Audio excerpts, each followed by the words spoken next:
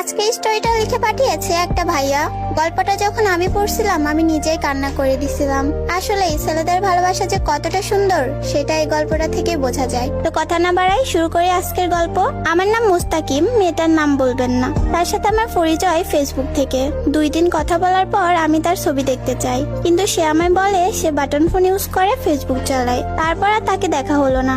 কাউকে না দেখে কথা বলা কেমন দেখায় বিষয়টা ভুলেই গেলাম। রোজ কথা বলতাম আমরা, তাই ওর থেকে ওর ফোন নাম্বারটা নিলাম।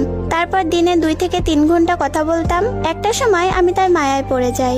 তারপর ভাবছি ওরে ভালোবাসার কথাটা বলবো, কিন্তু আমি তাকে কখনো দেখিনি। ওর বাসা আমার বাসা থেকে বেশি দূরে ছিল না। ওদের গ্রামের একটা ছেলে আমার স্কুলেই পড়তো। তার কাছে গল্পটা শেয়ার করি। সে আমায় বলে মেয়েটা ভালো। ওর কথায় ওর উপরে অনেক ভাবার পর ভাবলাম রিলেশনে যাব।